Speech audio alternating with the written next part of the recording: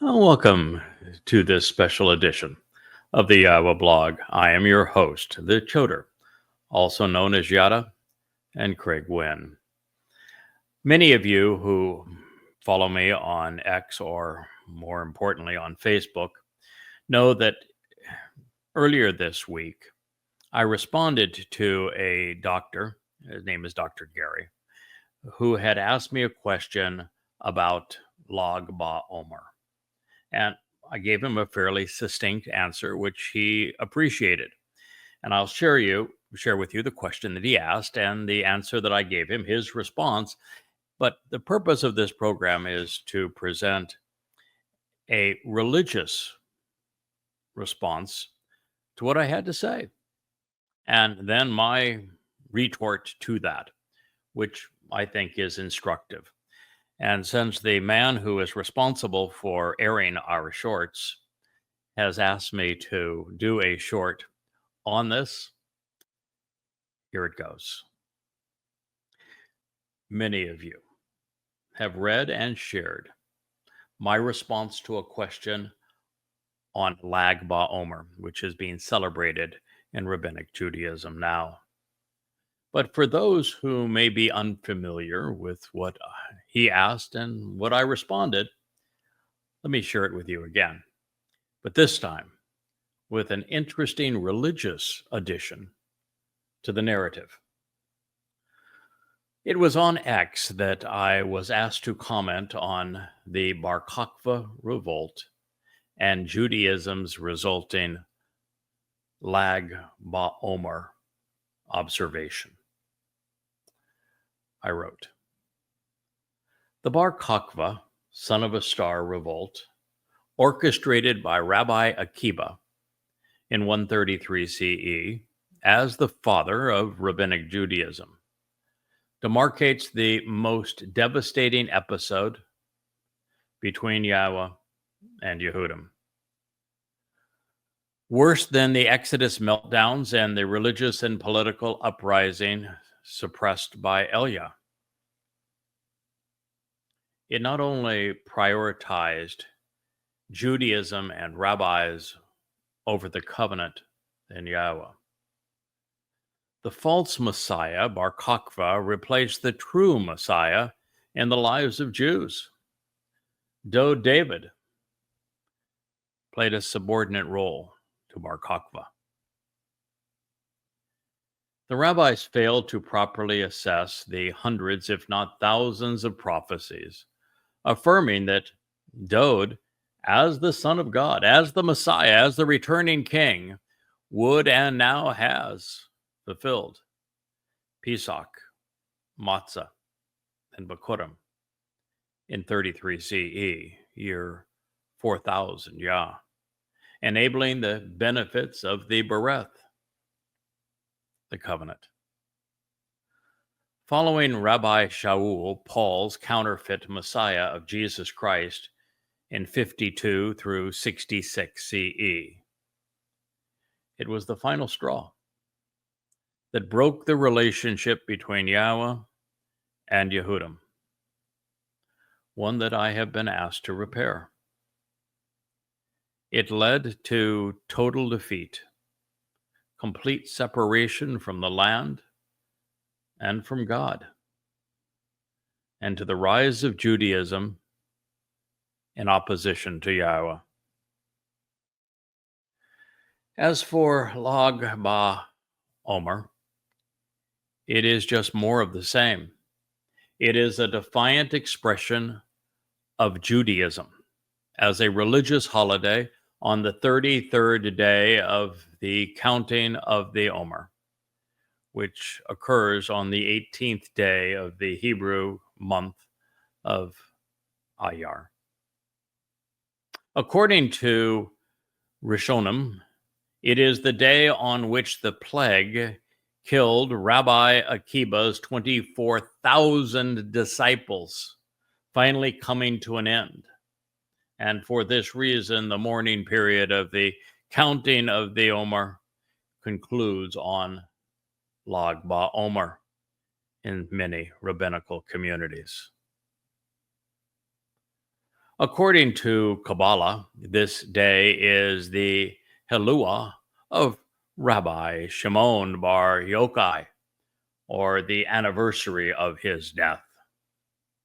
According to late medieval tradition, Simon ben Yochai is buried in Meron, and his association with Kabbalah and the Zohar and the formation of Rabbinic Judaism has Jews today in ancestor worship, lighting bonfires and pilgrimage to Meron in the celebration of the dead rabbi's life rather than Chag Matzah or Shabuah.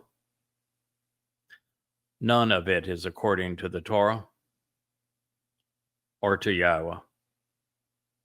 And that is the problem. Additionally, modern day Yisrael, the holiday, now serves as a commemoration of Bar Kokhba's revolt against the Romans, from which the Jews and Israel now have their star, and of course, the curse of Palestine. Yahweh loves Yehudim while despising Judaism. It is time to choose one or the other, because you can't have both.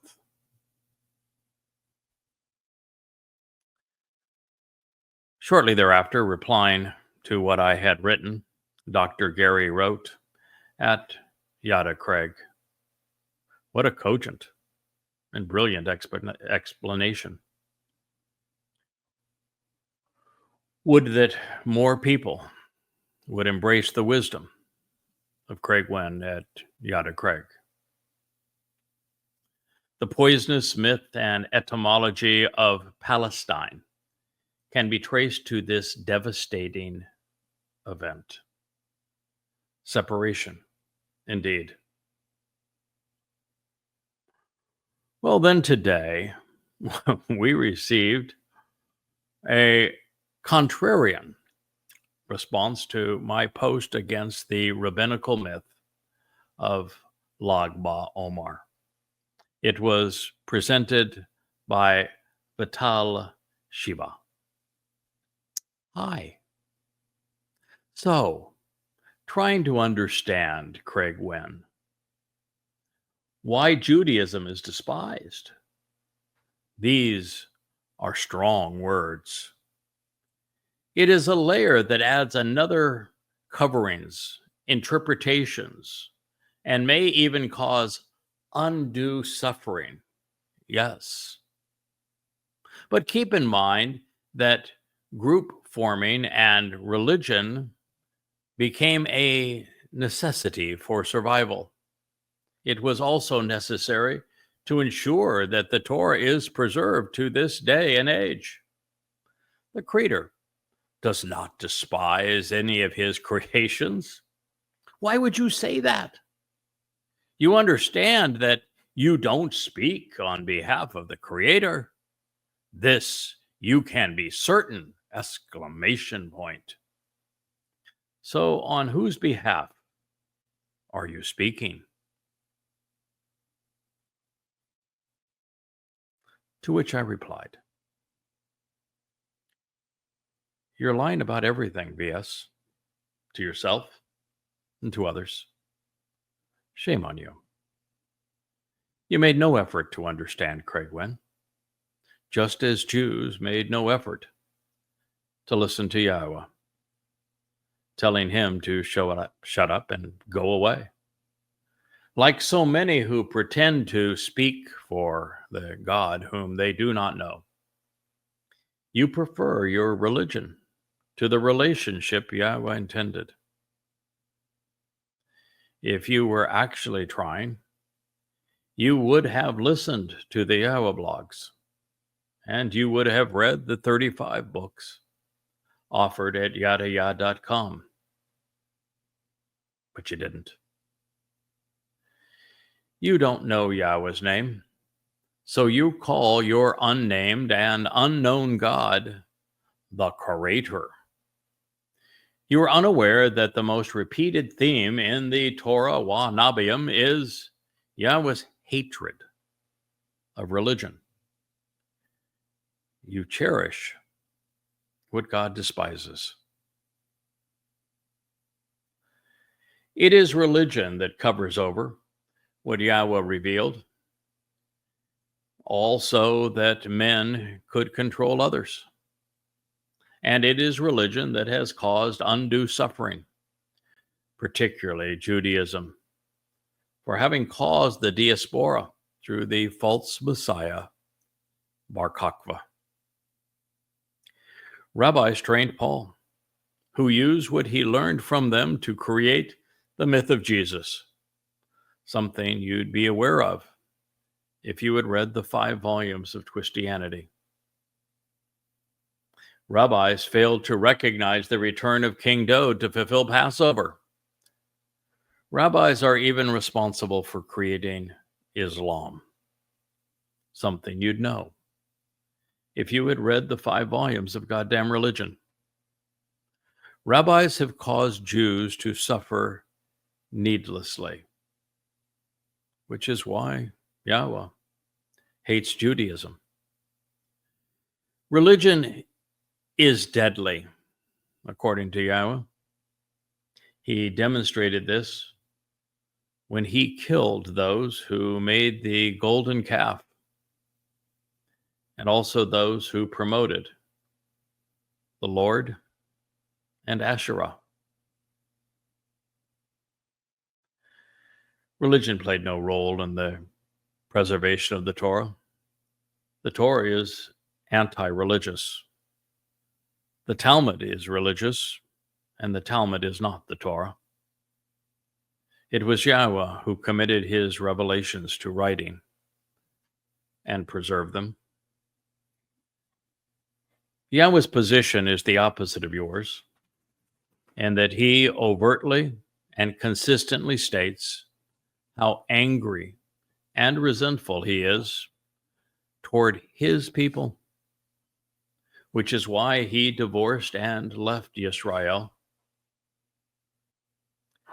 He will only return when Jews finally return to him. Yahweh hates religion. Have you read the Torah or the prophets? How is it that you have missed the single most repeated theme throughout? Every point I make, without exception, is based upon what Yahweh revealed. So I speak for him. Further, there are many hundreds of prophecies affirming that I was chosen and prepared to present him, to be his Kol voice, Bashar herald, Nakri observant foreigner, Zeroah one cultivating the harvest, Ida restoring witness, Choder stem off the main branch, Malak messenger, Adamah Parah bloody red man of the earth who is productive, and Zebo men Edom, the man who comes from Edom. All as Yada, having written Yada Yahowah, which Yahweh himself endorses. I am therefore certain that Yahweh can be trusted, and that I therefore was chosen and equipped to deliver this message. But since your opinion is the opposite of Yahweh's, it's obvious that you speak for the very religion God despises. Ask yourself, why? Was I able to ascertain that Yahweh is the proper pronunciation of God's name and prove it? And all rabbis have done is erase it.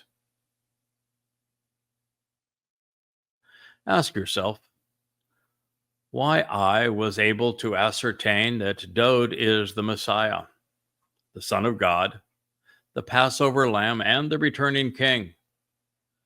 Well, rabbis have missed all of the obvious prophecies regarding this. Ask yourself why I was the first to put God's entire story together from beginning to end, to establish his timeline, to designate the conditions of his covenant, and to explain how the covenant's benefits are delivered through the Moed Mikre. When the rabbis get all of this wrong. Why are there thousands of previously unheralded and readily verifiable insights presented in Yada Yahowah for the first time, all of which the rabbis knew nothing about? When it comes to knowing Yahowah, I have provided a more complete and accurate portrait than all of the rabbis combined. Not that surpassing them was particularly difficult, but since you prefer them and don't like what Yahweh's Choder has to say, I'll leave you to them. I thank you for listening. I am the Choder, Craig Winn, and this has been a special retort as part of the YAHOWAH blog.